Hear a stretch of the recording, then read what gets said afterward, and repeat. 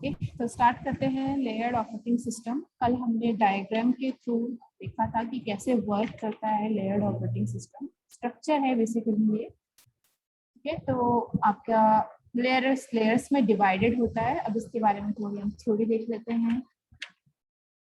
तो what is layered operating system first?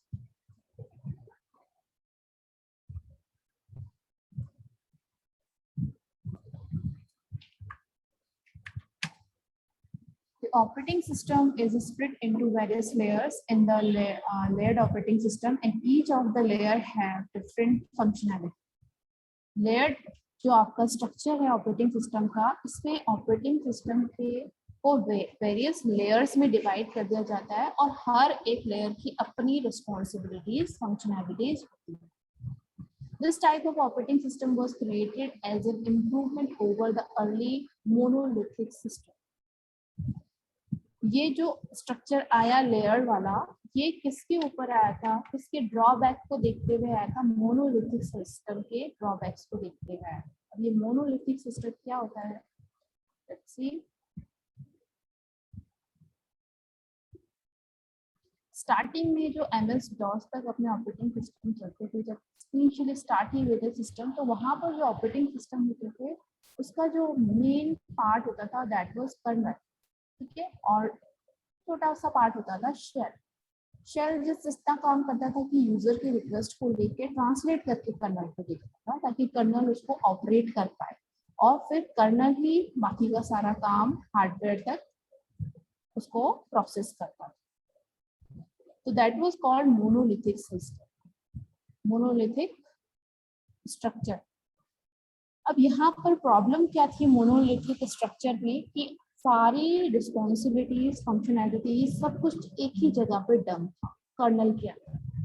ठीक है, सारा एक ही जगह पर था, जिसकी वजह से फॉल्ट फाइंडिंग, अपडेशन, करेक्शन, ये सारी चीजें बहुत ही टिपिकल हो जाती थी। प्रोसेसिंग टाइम में टाइम लगता था। ठीक है, टाइम क्यों लगता था? जैसे एग्जांपल लें कि अगर हमारे घरों में जैसे हम अलग अलग रूम्स बना के चलते हैं, ठीक है, बेडरूम, किचन, ड्राइंग रूम, ठीक है, ये सारे रूम्स अपने होते हैं। तो जो किचन की चीजें हैं, किचन का सामान है, वो किचन में ही मिलेगा। ठीक है, सोना है बेडरूम में जाएंगे, बेड वहां पर होगा। ड्राइंग रूम में आपके सिटिंग का अरेंजमेंट होगा। ठीक है, ऐसे ही वॉशरूम में आपके एसेंशियल चीजें होंगी जो आपको वहां पर रिक्वायर्ड। तो अगर किसी को स्पून चाहिए, तो स्पून के लिए वो डायरेक्टली कहाँ जाएगा पर्सन? ऑब्वियसली किचन के अंदर जाएगा, ना तो वो बेडरूम में जाएगा ना वॉशरूम में जाएगा। उसको पता है कि वो चीज उसे कहाँ पर मिलेगी। तो उसका मतलब हमने पार्टीशन कर दिया अलग अलग, और हर जगह का अपना मीनिंग है, वहां पर क्या चीजें रहेंगी या नहीं रहेंगी वो फिक्स्ड। करेक्ट। सपोज आपके फ्रेंड ने बोला कि नहीं, मैं तो एक ऐसा घर बनाऊंगा जिसमें कि बस एक हॉल होगा और उस हॉल के अंदर ही मैं सारे चीजें रखूंगा, वहीं पर होगा सब कुछ। पार्टीशनिंग वगैरह में टाइम लगेगा, ये होगा वो होगा, वो नहीं करना है। करेक्ट। तो आपने तो अपने घर का अच्छे से पार्टीशन कर दिया, रूम्स बना लिए अलग अलग, लेकिन आपके फ्रेंड ने क्या किया? बस एक बड़ा सा हॉल बनाया है। उस हॉल के अंदर ही किचन का सामान भी वहीं भरा है, वॉशरूम का सामान भी वहीं भरा है, ड्राइंग रूम का सामान भी वहीं भरा है, बेडरूम का सामान भी वहीं भरा है, मेडिसिन वगैरह सब कुछ एक साथ डंप होता है। यानी कि रखा तो उसने फिर भी अलग अलग है चीजों को, लेकिन वो स्पेस एक ही है।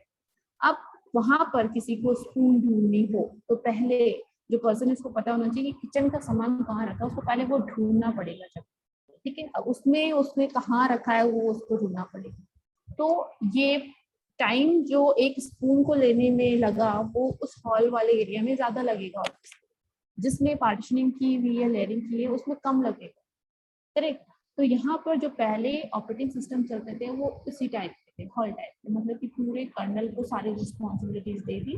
अब उसमें ये memory management, CPU scheduling, process management, input output buffer, hardware से रिलेटेड एप्लीकेशन, सब कुछ इसी एक ही जगह पर, एक ही लोकेशन पे, फिजिकल एड्रेस पे स्टोर होता है।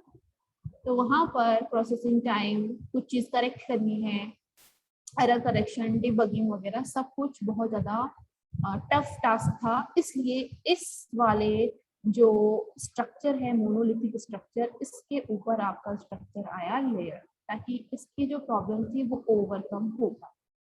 ओके, तो यही आपका सेकंड पॉइंट बता रहा था आपको कि ये ऑपरेटिंग सिस्टम मोनोलिथिक सिस्टम के ऊपर उसके ड्रॉबैक्स को हटाने के लिए आया, right. Now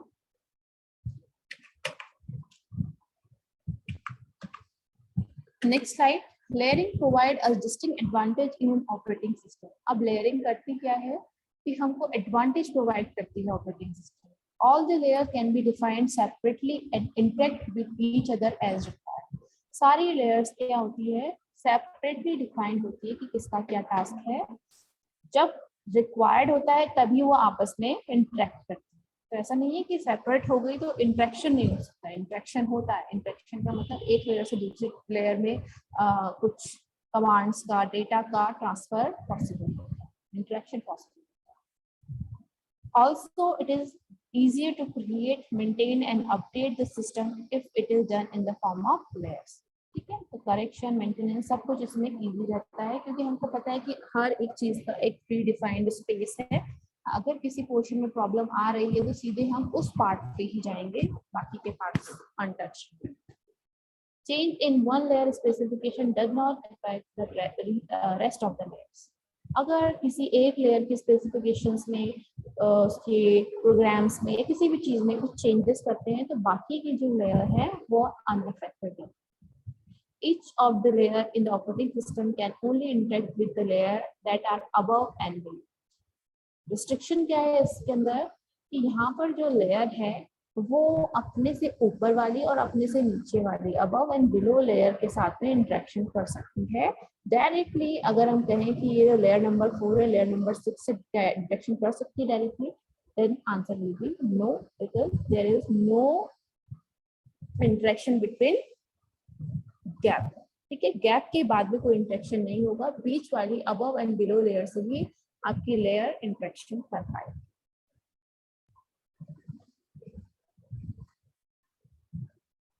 The lowest layer handle the hardware and the uppermost layer deals with the user application।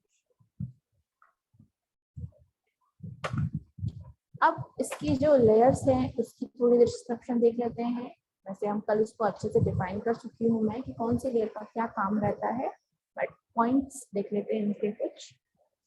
First layer जो इसके अंदर है हार्डवेयर लेयर, लेयर नंबर 1। तो लेयरिंग की नंबरिंग यहीं से शुरू हो रही है। तो फर्स्ट लेयर है आपके पास यहाँ पर hardware layer। This layer interacts with the system hardware and coordinate with all the peripheral devices used such as printer, mouse, keyboard, scanner। The hardware layer is the lowest layer in the layered operating system architecture। ये जो आपकी lowest layer है, layer number 1 hardware, यही आपकी सारी peripheral devices से communicate करती है। Next is CPU scheduling layer. This layer deals with scheduling the process for the CPU। Processes को शेड्यूल करना CPU के लिए, जिसका एक असिस्टेंट होता है कोई, कि अपने मैनेजर या अपने बॉस के टाइम को मैनेज करता है कि उनको कितने बजे कौन सी मीटिंग करनी है, कब किससे मिलना है। तो वो सारी क्या है, शेड्यूलिंग है। तो यहाँ पर ये वाली लेयर के अंदर वो सारा काम होता है। CPU शेड्यूलर वो काम करता है, शेड्यूलिंग प्रोसेसेस को CPU के लिए शेड्यूल करना। There are many scheduling queues that are used to handle process।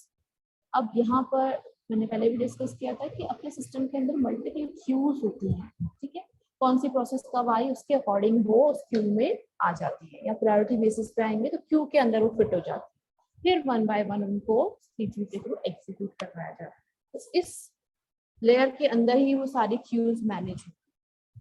When the process enter the system, they are put into the job queue। अब देखो एक important चीज यहाँ पर आ गई about queues।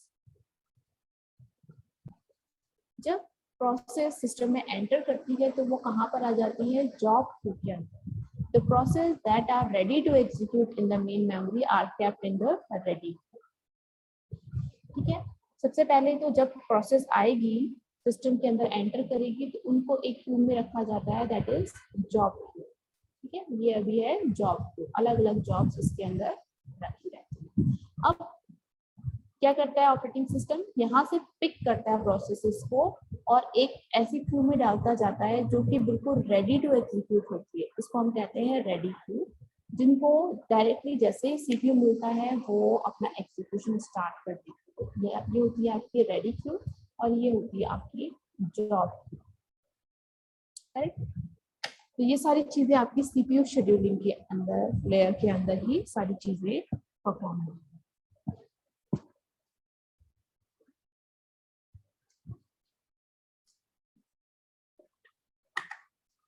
Next is memory management layer. Memory management layer deals with memory and the moving of process from disk to primary memory for execution and backup.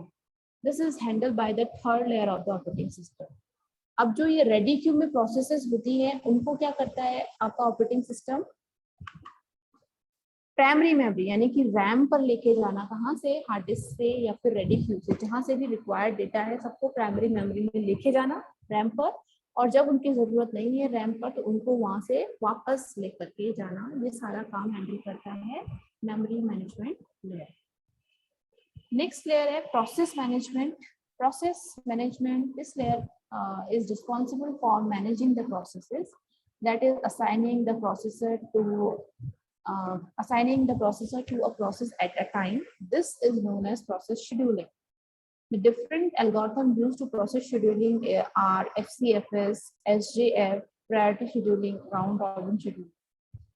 ये जो process management layer है, ये आपकी जो थर्ड यूनिट आएगी, ये पूरी all about process management, ठीक है। तो वहां पर ये जो शेड्यूलिंग एल्गोरिथम्स के एग्जांपल दिए हुए हैं, FCFS, SJF, ये सारे न्यूमेरिकल्स हैं, ठीक है। इनको करने में बहुत अच्छा लगता है, इंटरेस्टिंग आते हैं न्यूमेरिकल, तो उनको हम थर्ड यूनिट के अंदर डिस्कस करेंगे। अब प्रोसेस मैनेजमेंट लेयर करती क्या है, आपके आने वाली प्रोसेसेस को किस सीक्वेंस में सीपीयू को दिया जाएगा वो डिसाइड करती है, ठीक है। कितने टाइम के लिए कौन सी प्रोसेस रहेगी, एक प्रोसेस ही एक बार में जाए, ये सारा काम आपका प्रोसेस मैनेजमेंट लेयर के अंदर है। देन लास्ट टू लेयर्स है इसके अंदर, input output buffer and user. Input output buffer हमने कल भी डिस्कस किया था। इनपुट आउटपुट से रिलेटेड जो भी बफरिंग है डेटा की, वो सारी इस लेयर के अंदर। Input output devices are very important in the computer system. They provide user with the means of interacting with the system. This layer handles the buffer for input output devices and make sure that they work correctly. Input output devices ना हो अगर system में, तो ना तो हम computer को कोई कमांड दे पाएंगे और ना ही उससे कोई आउटपुट ले पाएंगे, ठीक है। तो इसलिए इस लेयर का इम्पोर्टेंस बढ़ जाता है, उसको सारे डिवाइसेस को और उसके बफर को मैनेज करना होता है through this layer. User program is the last uppermost layer. This is the highest layer in the layered operating system. This layer deals with the many user program and applications that run in an operating system such as word processor, games. अब आपके जो user से directly जो application software पे हम work करते हैं वो इस लेयर के अंदर ही रहते हैं, राइट। तो उन पे अगर कोई भी प्रॉब्लम आए तो आपको किस लेयर पे सबसे पहले जाना है, यूजर पे। तो ये आपकी कंप्लीट डिस्क्रिप्शन हो गई लेयर्ड ऑपरेटिंग सिस्टम। इसमें किसी को भी कोई क्वेरी या क्वेश्चन, किसी भी स्टूडेंट को कोई क्वेरी इसके अंदर तो पूछ सकते हैं।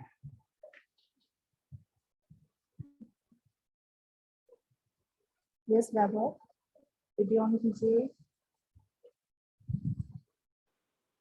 ओके, नाउ इसके कुछ एडवांटेजेस एंड डिसएडवांटेजेस देख लेते हैं हम लोग।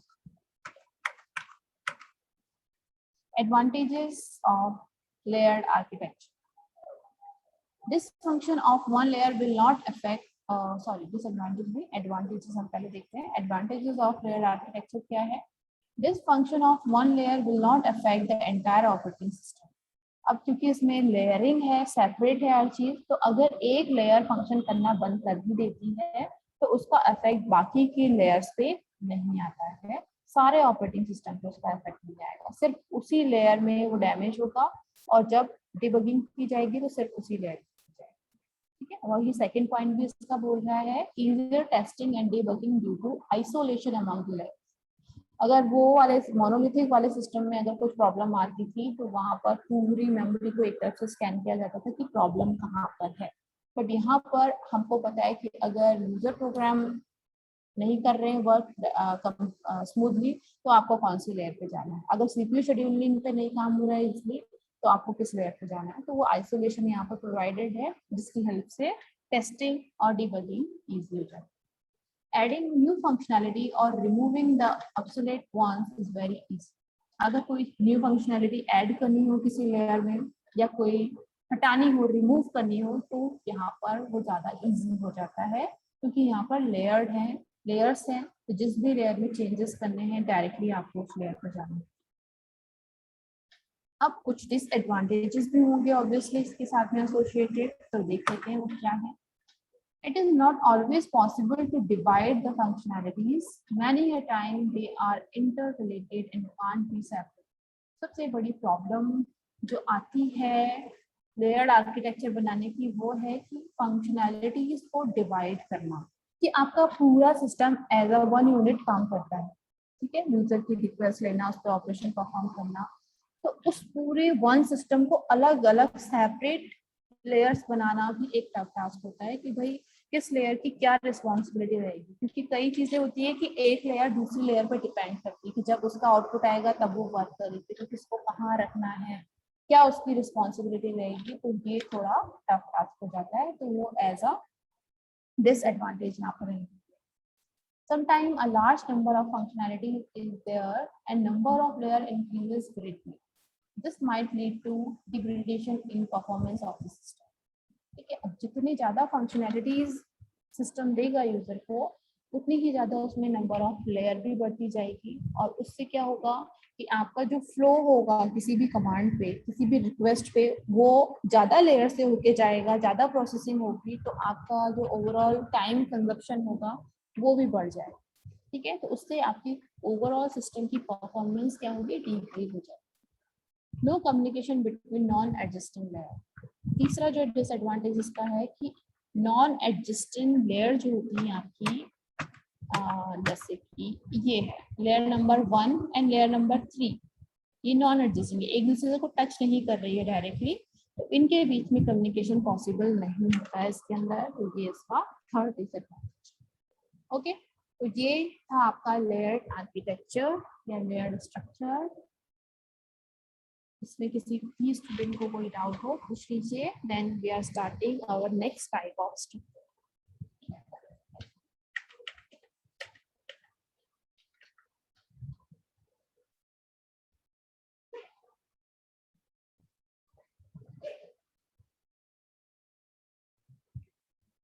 तो ये था आपका लेयर्ड आर्किटेक्चर। अब आ जाते हैं हम लोग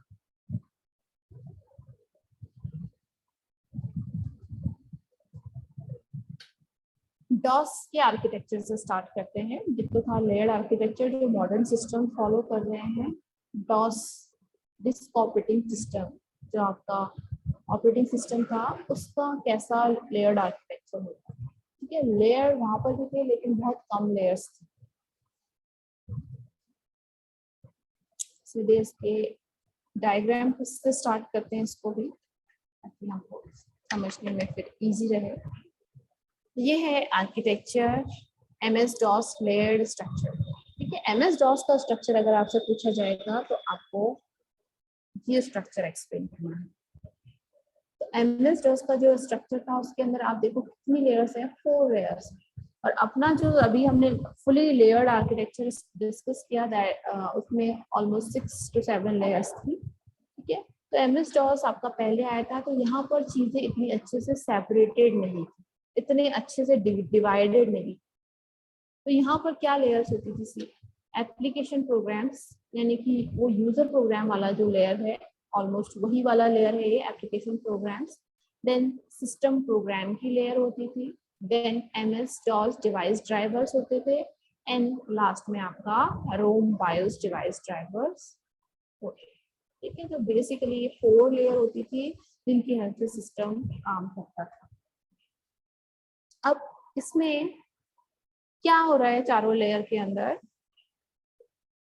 सबसे ऊपर आपकी एप्लीकेशन प्रोग्राम, एप्लीकेशन प्रोग्राम्स के अंदर आपकी जो भी यूजर से रिलेटेड एप्लीकेशन सॉफ्टवेयर होंगे उनको अरेंज किया जाता था, उनको यहाँ पर रखा जाता था।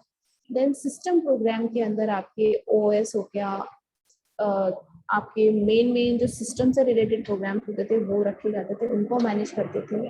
देन एमएस डॉस के डिवाइस ड्राइवर आपके थर्ड लेयर पे होते थे, ठीक है। डिवाइसेस को कैसे हैंडल करना है उससे रिलेटेड जितने भी प्रोग्राम्स होते थे आपके यहाँ पर होते थे। और लास्ट में आपके रोम बायोस डिवाइस ड्राइवर्स आपके लास्ट लेयर पे होते थे, यानी हार्डवेयर से रिलेटेड ज्यादातर ये लेयर अपनी होती थी। एमएस डॉस के अंदर इतनी लिमिटेड चीजें क्यों थी?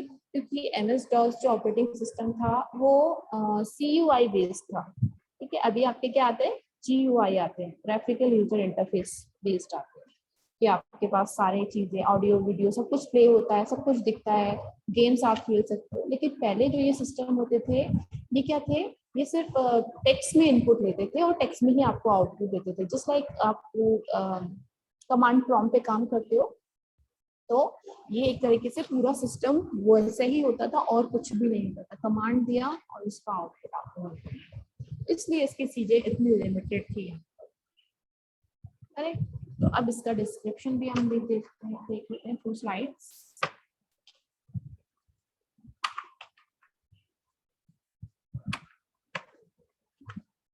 MS-DOS is an operating system created for personal computers. It was developed by Microsoft. It is a classic example of operating system with a layered structure. तो इनिशियली जब यही सिस्टम आया था तो उस टाइम पर जो लेयर्ड आर्किटेक्चर इंट्रोड्यूस किया था बेसिकली इसी ऑपरेटिंग सिस्टम से स्टार्ट हुआ था।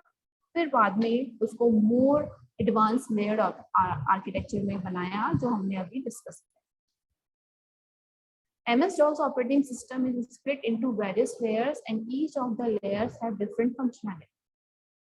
Layering provides a distinct advantage in MS-DOS operating system because all the layers can be defined separately and interact with each other as required. Same as जैसे layered architecture में था कि हर एक layer का अपना काम था और वो requirement के according ही एक दूसरे से interact करते।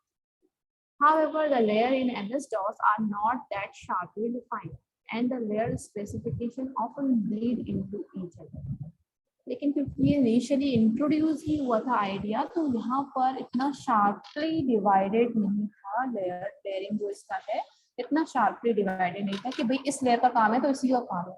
वो क्या करते थे? ऑफन ब्लीड करते थे। ब्लीड का मतलब एक दूसरे में मिक्स हो जाती थी उनकी फंक्शनैलिटी, इसीलिए उसका एडवांस वर्जन आया। ठीक है, तो यहाँ तक जो थे लेयर्स तो डिवाइडेड थी बट उनकी फंक्शनैलिटी इतनी शार्पली डिफाइंड नहीं थी और वो आपस में मिक्सअप भी हो जाती।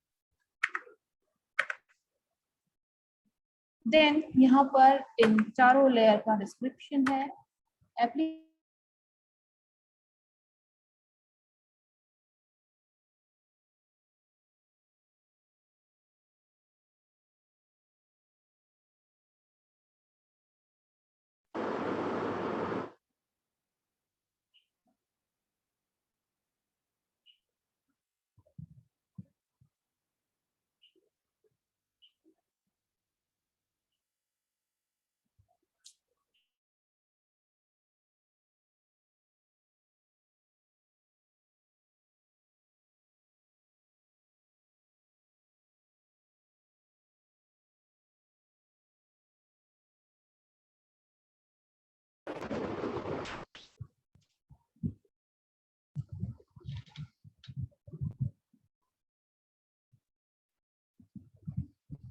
In other words, these programs provide an application to the end user.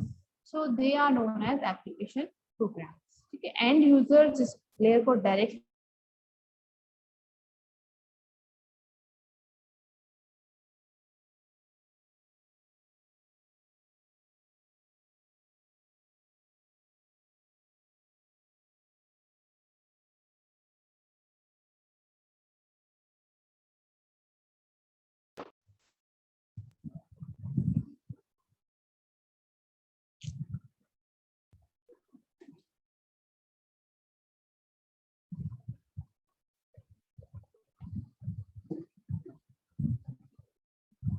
Okay, सो ये था आपका एप्लीकेशन प्रोग्राम पार्ट जहां पर यूजर से रिलेटेड सारी एप्लीकेशन है।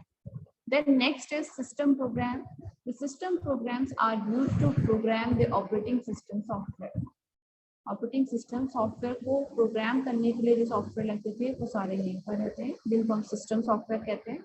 While application program provides software that is directly used by the user, system program provides a software that is used by the system. Okay. MS-DOS device drivers इसकी next layer है. इसके अंदर आप देखते हैं किस टाइप की फंक्शनैलिटी रहती है. Most of the device driver on MS-DOS are part of the operating system, such as keyboard and screen console driver, floppy and hard disk drivers, printer port driver, serial port driver. ठीक है, जितने भी उसके साथ attach peripheral हो सकते थे उस टाइम पर, वो सब MS-DOS के ऑपरेटिंग सिस्टम का ही पार्ट होते थे, जिसको कि इस लेयर के अंदर रखा जाता है. Next is the BIOS driver. ROM BIOS device driver. The BIOS driver are the programs stored in the EPROM or EEPROM memory chips on the motherboard. Type of ROM हमने पढ़े थे, electronically programmable ROM और electronically erasable programmable ROM. इस type के chips में इस type के BIOS drivers install करके रखे जाते थे, स्टोर करके. There are the basic drivers needed to start the computers. अब ये लोएस्ट क्यों रखा हुआ है, क्योंकि ये डायरेक्टली हार्डवेयर को एक्टिवेट एंड डीएक्टिवेट करने का काम करते थे. जब सिस्टम को स्टार्ट करना होता था तो ये वाले रोम के जो प्रोग्राम्स होते थे वो run. BIOS stand for basic input output system. ठीक है, इसकी फुल फॉर्म होती है. तो ये था आपका MS-DOS का लेयर्ड आर्किटेक्चर. इसमें किसी भी स्टूडेंट को कोई क्वेरी हो, प्रॉब्लम हो तो पूछ लीजिए आप.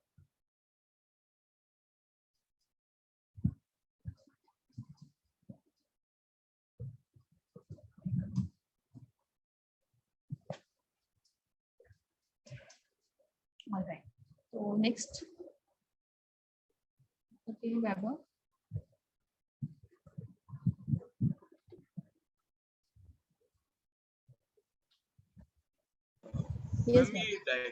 मैम डायग्राम के अंदर एप्लीकेशन प्रोग्राम डायरेक्टली ये Rome and BIOS device driver के पास भी जा रही, तो हाँ गुड पॉइंट. देखो इसके अंदर आपकी जो लेयर्स हैं वो अपनी एडजेसेंट लेयर से तो कम्युनिकेट कर रही है, बट साथ ही साथ अपनी नॉट एडजेसेंट लेयर्स के साथ भी डायरेक्टली कम्युनिकेट कर सकते हैं. तो ये फ्लो इस तरह से वर्क करता है. ये साथ ही साथ अगर सिस्टम प्रोग्राम को डायरेक्टली रोम बायोस ड्राइवर से कम्युनिकेट करना था तो वो भी इस आर्किटेक्चर के अंदर पॉसिबल था. और एप्लीकेशन लेयर प्रोग्राम्स भी डायरेक्टली डिवाइस ड्राइवर्स के साथ में कम्युनिकेट कर सकते. उस टाइम तक के जो सिस्टम थे उनमें इतनी ज़्यादा कह सकते हैं फंक्शनैलिटीज थी ही नहीं कि भाई एप्लीकेशन प्रोग्राम को सेपरेट रखना है, डिवाइस ड्राइवर्स को बायोस के सेपरेट रखना था. उस समय सब कुछ मिक्सअप, इसलिए ये दिया. Okay yes.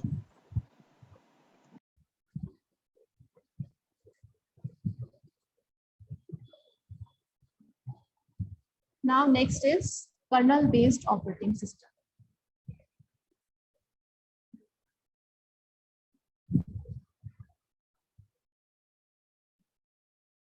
Colonel based operating system, ये जो मोनोलिथिक कर्नल की हम बात कर रहे थे, मोनोलिथिक सिस्टम की हम बात कर रहे थे, वही ऑपरेटिंग सिस्टम स्ट्रक्चर हम लोग इसके अंदर देखने वाले. बेसिकली कर्नल बेस्ड, सबसे पहले तो कर्नल होता क्या है, तो हमने पढ़ा था कि जो अपना ऑपरेटिंग सिस्टम है बेसिकली उसको देखा जाए रफली तो वो 2 पार्ट्स में डिवाइडेड है, शेल एंड कर्नल. शेल जो होता है उसकी फंक्शनैलिटी ज़्यादा कुछ खास नहीं होती ऑपरेटिंग सिस्टम के अंदर. वो जस्ट यूजर की कमांड्स को इंटरप्रेट करके कर्नल को पास ऑन करता है. बाकी का जो सारा ऑपरेशन है उस कमांड के ऊपर वो कर्नल ही प्रोसेस करता है. तो इसलिए यहाँ पर जो ऑपरेटिंग सिस्टम का स्ट्रक्चर हम डिस्कस कर रहे हैं that is kernel based OS, यानी कि कर्नल के ही बेस था सारा स्ट्रक्चर कि कर्नल कैसे वर्क करेगा पूरा. ये है वो structure diagram that demonstrate the architecture of a monolithic system. ठीक है, monolithic kernel based operating system. इसके ऊपर आपका वो लेयर्ड आर्किटेक्चर आया था. इसके और डॉस के जो ड्रॉबैक्स थे उनको आइडेंटिफाई करके उसका सॉल्यूशन लेयर्ड आर्किटेक्चर में. अच्छा, अब इसके अंदर होता क्या था monolithic kernel based operating system में. मोनोलिथिक का मतलब होता है बेसिकली वन. मोनो का मतलब वन, मोनोलिथिक का मतलब हिंदी में बोले तो अखंड, जिसके पार्ट ही नहीं है, अखंड. राइट, जिसके पार्ट ही नहीं है, जो पार्टीशन हुआ ही नहीं। तो यहाँ पर क्या होता था कि एक तो सीधा आपका सिस्टम और एक ऑपरेटिंग सिस्टम, सिस्टम ये पूरा, यहाँ पर एप्लीकेशन एरिया, यूजर मोड, और ये था आपका कर्नल मोड। ठीक है, वो मोड्स जो हम अभी पढ़ के आ रहे हैं लास्ट यूनिट में। डायरेक्टली एप्लीकेशन इससे डील करती थी, कर्नल से डील करती थी, और वो जो सारी फंक्शनैलिटीज थी वो सारी एक ही पार्ट में यानी कि कर्नल पे थी। लाइक अ हॉल, जहाँ पर कि हमने देखा था कि सारा सामान एक साथ डंप किया जाता है, उसी की तरह है कि कर्नल आ गया, कर्नल में ही सारी फंक्शनैलिटीज को रख दिया, एवरीथिंग, चाहे तो वो वहां पर रखने के लिए जरूरी है या नहीं है, बट सारी फंक्शनैलिटीज हमारी कर्नल में ही होती थी, राइट। इसीलिए इसको ओएस भी नहीं बोल रहे, कर्नल बोल रहे। अब यहाँ पर ये वन पार्ट हो गया, और लास्ट में आपका आ गया हार्डवेयर। तो यूजर को हार्डवेयर से इंटरेक्ट करने के लिए बीच में कर्नल की हेल्प। अब इसके अंदर देखो कितने सारे फंक्शनैलिटीज थी कर्नल के साथ में। इसको system calls, BFS, IPC, inter process communication, file system, scheduler, virtual memory, device driver, dispatcher, जितनी भी काम रिलेटेड टू ऑपरेटिंग सिस्टम होते हैं, यानी ऑपरेटिंग सिस्टम, वो सब कर्नल मोड में एक ही पार्ट पे कर्नल को डील करते हैं।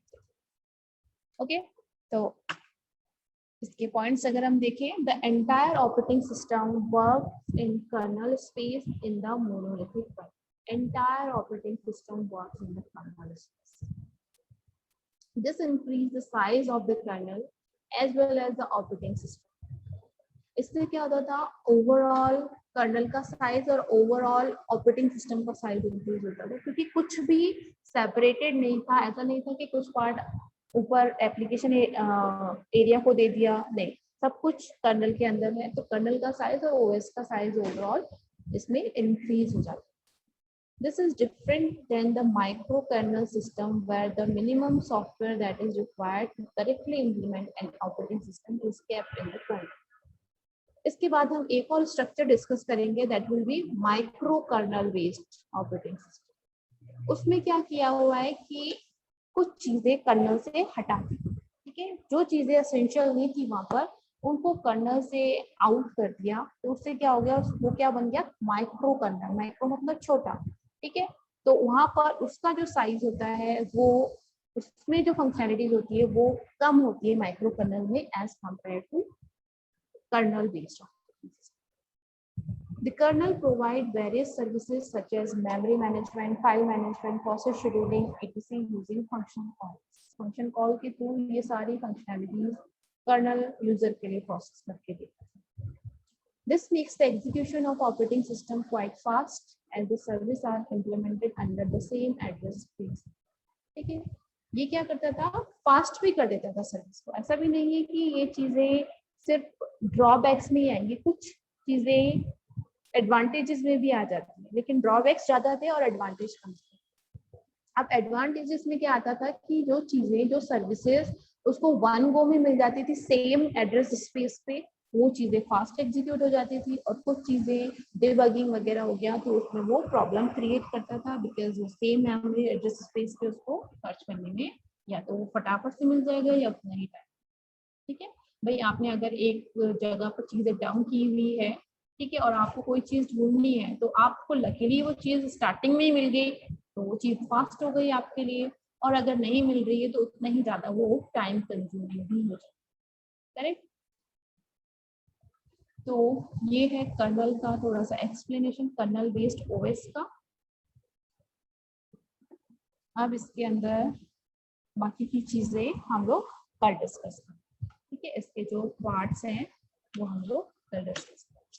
अभी तक कोई भी प्रॉब्लम हो, क्वेरी हो किसी related to the topics we have discussed,